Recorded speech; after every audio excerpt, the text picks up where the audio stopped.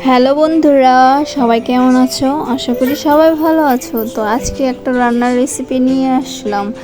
বলো তো কি রান্না করছি? উস্তে ভাজি। দেখে হয়তো অনেকে বলছে উস্তে ভাজি, উস্তে ভাজি খেতে কিন্তু দারুণ লাগে। তবে ঠিক করে রান্না করলে সব খাবারই খেতে টেস্টি হয়।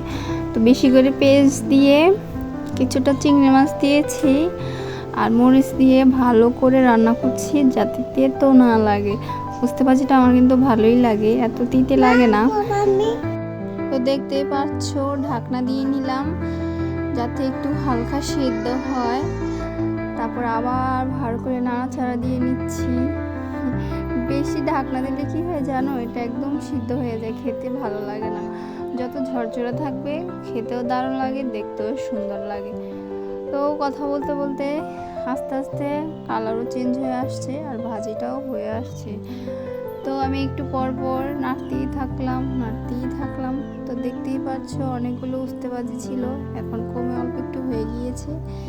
তো ফাইনাল লুক কত সুন্দর আসছে। তো আজকের মতো এই পর্যন্তই, টাটা, বাই বাই।